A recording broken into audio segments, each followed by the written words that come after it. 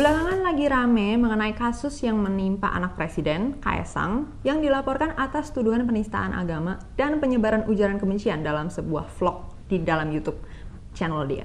Nah, hari ini kita mau membahas mengenai kasus yang menimpa orang-orang yang terkait dengan kebebasan berpendapat.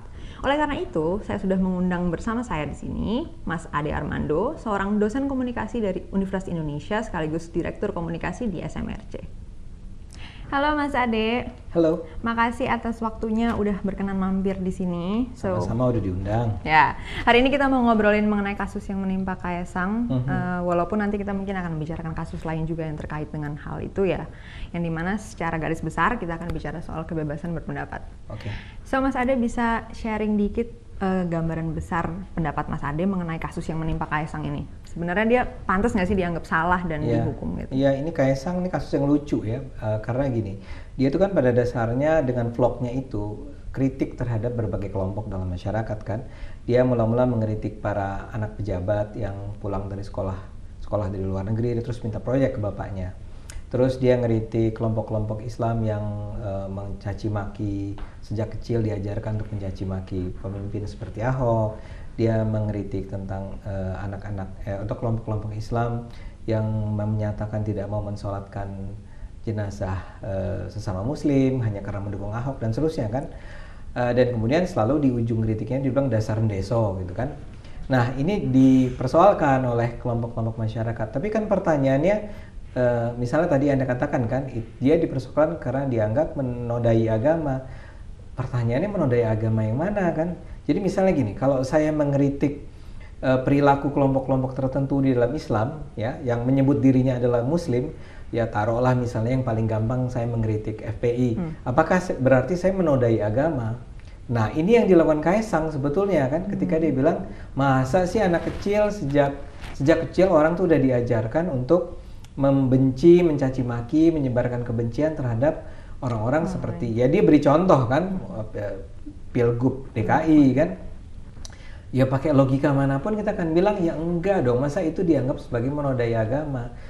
Kita harus selalu membedakan antara kritik terhadap kelompok-kelompok atau tokoh-tokoh atau orang-orang tertentu yang kebetulan beragama Islam dengan penodaan terhadap Islam. Kalau penodaan terhadap Islam itu jauh lebih serius kan, Islamnya yang dihina. Nah, sehingga saya paham juga kalau polisi itu bikin statement, ini kasusnya mengada-ada nih gitu ya. Walaupun tentu saja polisi sebagai aparat penegak hukum harus memprosesnya. Tapi keseluruhan cerita kasus episode Kaesang ini sih sebenarnya bagi saya menggelikan, agak mencengangkan bahwa seseorang yang mengkritik itu bisa dikatakan sebagai menodai, apalagi dikatakan sebagai endes karena dibilang dasar endeso gitu ya. Itu seperti menyebarkan kebencian terhadap orang-orang desa kan. Kan gimana coba logikanya? Kan dari dulu pun kita biasa. Itu ungkapan yang barangkali sebetulnya memang saya sendiri nggak suka mengatakan orang lain deso atau kampungan, tapi itu kan bagian dari ungkapan-ungkapan perasaan yang biasa sekali kita lakukan di negara ini. Kalau itu dikatakan sebagai menghina, menyebarkan kebencian, saya nggak ngerti, nggak paham di mana persoalannya. Bukan yang nggak ngerti, cuman maksud saya ya emang nggak masuk di akal kalau itu jadi masalah. Ya oke. Dan mungkin juga bakal banyak banget yang kena hukuman dong ya kalau misalnya secara fair diterapkan ke semua orang. Ya orang kan bikin joke yang lumayan lucu lah, yang sangat pas. Si ini Tukul kan kalau ngomong di acara dia itu kan deso gitu kan berulang kali dulu dia lakukan. Kalau itu aja jadi masalah, bayangkan betapa berbahaya hidup di negara ini kan. Kita bercanda sedikit gitu kan, bilang orang lain itu adalah selera lu kampungan ya gitu ya, misalnya celananya kayak kemarin Presiden atau Perdana Menteri Perancis itu yang pakai kaos kaki merah, ada fotonya bersama Jokowi. Kanada bukan ya? Itu yang Kanada ya, bukan yang Perancis ya. Ya itu kan kemudian orang aja bisa aja bilang dasar, nggak punya selera, kampungan segala macam. Bayangkan kalau di negara ini hanya karena kita mengatakan itu di depan publik, di depan umum, Anda bisa terkena perkara hukum. Itu artinya negara ini terbelakang sekali loh dalam hal penghargaan atas hak asasi manusia, hak asasi untuk menyatakan pendapat atau menyatakan joke atau bercanda. Itu persoalan serius kalau ini ditanggapi secara serius oleh polisi. Oke. Nah, tadi Mas Ade sempat ngejelasin kalau si Kaesang ini kan sebenarnya mengkritik gitu ya, secara baik-baik gitu, dan harusnya tidak perlu ditanggapi sebagai sebuah kebencian, justru bisa direfleksikan mungkin gitu ya. Nah, bagaimana dengan kasus lain yang juga berkaitan dengan kebebasan berpendapat kayak yang menimpa Otto, Rajasa, atau Aking, atau Ahok bahkan, yang juga sebenarnya dinilai menista agama, tapi beda kontennya kan gitu. Apakah mereka ini adalah kasus yang berbeda atau sama sebenarnya? Ya. Beda, tapi memang menjadi bagian dari sebuah gelombang yang sama ya, terutama dalam beberapa bulan terakhir atau bahkan sebetulnya sejak eranya penggugatan pendakwaan terhadap Ahok ya. Ini kan terjadi berulang-ulang kasus serupa. Serupa dalam artian seseorang itu diancam atau diperkarakan karena dia menyatakan sesuatu yang dianggap menyakiti hati pihak lain kan. Bisa agama, bisa yang lainnya ya. Nah, sehingga sebagian orang mengatakan ini ada Ahok effect. Jadi keputusan untuk menyatakan Ahok bersalah itu sekarang seperti memberi energi buat orang-orang untuk mengatakan, oh kalau gitu saya juga bisa mengancam orang-orang ini ya, orang-orang yang selama ini berani untuk mengungkapkan pendapat-pendapat yang mungkin berbeda dengan arus utama yang ada di Indonesia ini. Nah, jadi sama dalam artian bahwa sama-sama Kaesang misalnya menyatakan kritik, Otto menyatakan kritik, Aking menyatakan kritik, dan kemudian dia sama-sama diajukan ke pengadilan, ke polisi maksud saya. Mudah-mudahan Kaesang soalnya nggak sampai jauh nih, mudah-mudahan segera dinyatakan diputuskan. Nah, sekarang jadi dia sama. Bedanya adalah memang kasusnya jadi lain-lain. Misalnya dalam kasus Ahok kita tahu itu juga sebetulnya kalau dari perspektif kebebasan berekspresi itu adalah sebuah pernyataan yang biasa-biasa saja ketika saya menyatakan bahwa ayat ini seringkali digunakan oleh orang untuk berbohong gitu ya. Dalam kasus Dr. Otto itu ada beberapa pernyataan yang dianggap bermasalah, tapi sebetulnya kalau kita baca ulang kita akan temukan bahwa keras sih memang ya. Misalnya dia mengatakan jadi orang-orang yang ramai-ramai membela Rizik itu seperti dia samakan dengan naik haji ke Jakarta gitu ya. Ya memang pahit gitu ya, namanya juga ngeledek, namanya nyindir ya. Satir ya, kata yang tepat sekali itu satir ya. Itu jangan dibaca sebagaimana artinya dong. Dan sebenarnya misalnya saja kita akan bicara pada orang-orang Islam, Al-Quran sendiri kan penuh metafora kan, nggak harus dibaca apa adanya kan. Kita menyebutnya ada makna denotatif, ada makna konotatif. Denotatif itu yang benarnya, konotatif adalah makna yang interpretasi, yang tersembunyi di belakangnya. Nah, kita tahu bahwa Dr. Otto ini kan memang dia memang tajam tulisan-tulisannya, dan dia sedang menyindir sebuah perilaku yang dianggap sebagai tidak layak ya. Begitu juga dengan pihak-pihak lain, ada Dr. Nancy, ada atau kadang-kadang ada yang memang keras seperti misalnya Oscar ya, yang anak Mario 15 tahun itu siapa namanya? Yang dipersekusi ya. Yang dipersekusi. Jadi ini ada sebuah gejala baru di mana kelompok-kelompok yang rupanya tidak suka dengan keberagaman keyakinan, misalnya keberagaman pendapat, itu seperti sekarang merasa punya kekuatan untuk berupaya menghabisi.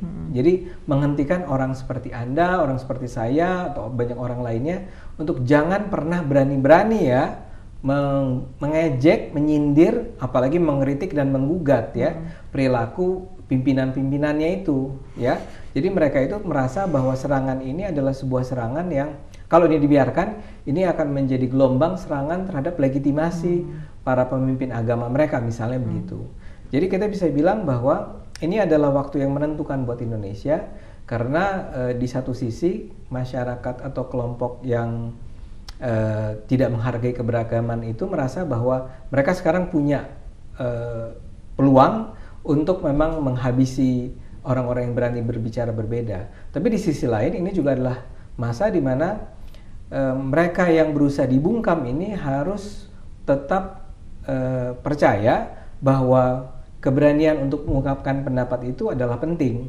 Karena itu mereka harusnya tidak takut dengan berbagai intimidasi yang terus-menerus dilakukan ini. Dan jangan lupakan ya, tekanan terhadap kebebasan berpendapat ini wujudnya bisa sekedar teror, bukan sekedar, ada yang bentuknya teror, jadi menakut-nakuti, tapi bisa sampai ancaman, bisa sampai betul-betul kekerasan fisik kan. Di beberapa kasus ini terjadi, dan terakhir adalah dibawa ke polisi. Nah, kita harapkan misalnya pihak kepolisian tidak akan mudah-mudah begitu saja untuk menerima semua pengaduan dan menindaklanjutinya sehingga menjadi sebuah perkara hukum. Tadi Mas Adi sempat nyinggung bahwa seharusnya kebebasan berpendapat ini harus dilindungin gitu, bahwa adanya keberagaman pendapat di tengah publik itu ya wajar dan harus diayomi, terutama oleh penegak hukum. Harusnya mereka tidak mudah-mudah mengikuti kehendak kelompok tertentu untuk akhirnya mengebiri kebebasan orang. Kenapa sih kebebasan berpendapat ini menjadi penting untuk ditegakkan dan dilindungi bagi setiap individu anggota masyarakat? Ya, bayangkan ya, kebebasan berpendapat itu adalah salah satu indikator dari apakah sebuah negara itu dianggap demokratis atau tidak kan. Jadi bahkan kita tahu ada Universal Declaration of Human Rights yang mengatakan bahwa hak berpendapat itu memang harus dilindungi. Nah, pertanyaannya kenapa sedemikian penting kebebasan berpendapat seperti Anda tanyakan itu. Nah, dalam hal ini kita tahu bahwa sebetulnya peradaban itu dibangun dengan ide. Nah, ide itu hanya bisa disebarkan kalau ada kebebasan untuk berpendapat. Jadi kita tidak pernah boleh lupa bahwa sebelum peradaban modern itu lahir, pernah ada yang namanya masa abad kegelapan, Dark Ages ya. Dark Ages itu adalah era di mana istana dan gereja di masa itu, bukan gereja seperti yang kita kenal sekarang, istana dan gereja itu memonopoli kebenaran. Jadi semua orang yang berbeda pendapat dengan gereja dan istana itu akan mengalami persekusi, akan mengalami ancaman kan. Salah satu hal yang terpenting misalnya untuk berabad-abad orang percaya bahwa bumi itu datar, bukan bumi itu bulat kan. Dan pusat tata surya. Dan pusat alam semesta ini adalah bumi, bukan matahari. Itu dipercaya, diulang-ulang, dan siapapun yang berani mengatakan berbeda akan diancam, akan dipersekusi. Nah, ketika pada kemudian lahirlah yang disebut revolusi ilmu pengetahuan, revolusi berbicara, maka ketika itulah antara lain gara-gara ada mesin cetak yang bisa menyebarkan pendapat dalam jumlah. Jadi pendapat orang bisa dituangkan dalam tulisan dan tulisan itu bisa disebarluaskan dalam jumlah besar. Gara-gara ada mesin cetak itulah kemudian mulai terbuka orang terhadap kebenaran-kebenaran yang lain di luar dari yang dipercaya oleh pemegang otoritas, yaitu gereja dan istana.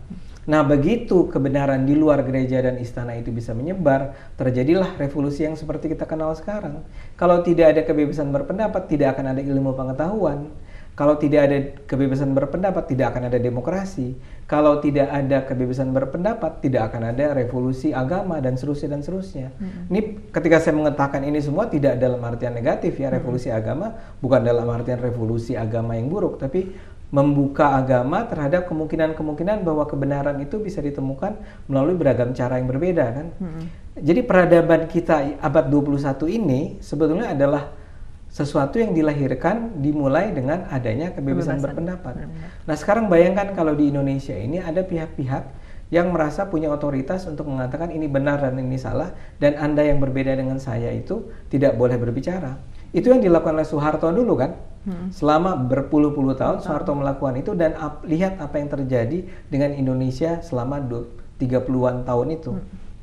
Sekarang adalah masa di mana kita percaya bahwa demokrasi harus kita perjuangkan dan kita tegakkan. Nah, bayangkan ketika dalam proses membangun demokrasi ini, tiba-tiba sekarang kita diganggu atau diancam oleh kelompok bumi datar itu yang percaya pada bahwa bumi itu datar, yang mengatakan bahwa Anda nggak boleh mengatakan itu, Anda nggak boleh buat jokes semacam itu, Anda nggak boleh berargumen seperti itu, Anda nggak boleh mengatakan bahwa interpretasi saya salah, karena interpretasi saya itu benar dan paling benar. Begitu Anda menyatakan pendapat yang berbeda, Anda menjadi terancam. Saya ingin mengatakan kaum bumi datar boleh nggak mengatakan bumi itu datar? Boleh. Dalam demokrasi itu pendapat setolol apapun ditoleransi aja, karena itu akan diadu di lapangan antara pendapat yang bilang bumi datar melawan yang bilang bumi bulat. Terus kita lihat mana yang paling benar. Karena itu misal pernyataan bahwa tidak boleh ada pemimpin pemuka agama, pemimpin pemerintahan itu seorang non-muslim, boleh nggak ada orang punya pendapat semacam itu? Boleh, tapi pada saat yang sama Boleh juga orang yang mengatakan saya tidak setuju dengan pendapat itu. Yang saya setujui adalah bahwa menurut agama saya pemimpin negara itu bisa datang dari kalangan agama manapun.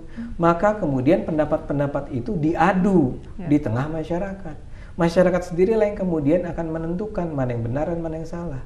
Nah sekarang bayangkan kalau misalnya kita nggak boleh nih mengkritik DPR karena mereka menggunakan hak angket itu, dan kita mengatakan DPR ini tolol banget ya, ngapain dia itu berusaha mengerem KPK. Dan gara-gara pernyataan saya ini, kemudian saya dianggap menodai DPR atau menghina DPR. Bayangkan betapa akan mundurnya peradaban kita kalau orang tidak boleh lagi mengungkapkan pendapat di negara ini. Jadi karena itu, saya menganggap bahwa ini adalah sebuah masa di mana kita harus menentukan kita akan bergerak ke arah mana, dan kita berharap bahwa pemerintah, negara, cendekiawa, ulama bahkan itu sama-sama mendukung hak orang untuk berpendapat secara berbeda-beda, betapapun tololnya itu. Ya, itu tadi sharing-sharingnya bersama dengan Mas Ade Armando. Like an old man said, berpendapat boleh, melarang orang lain berpendapat jangan, setolol apapun itu.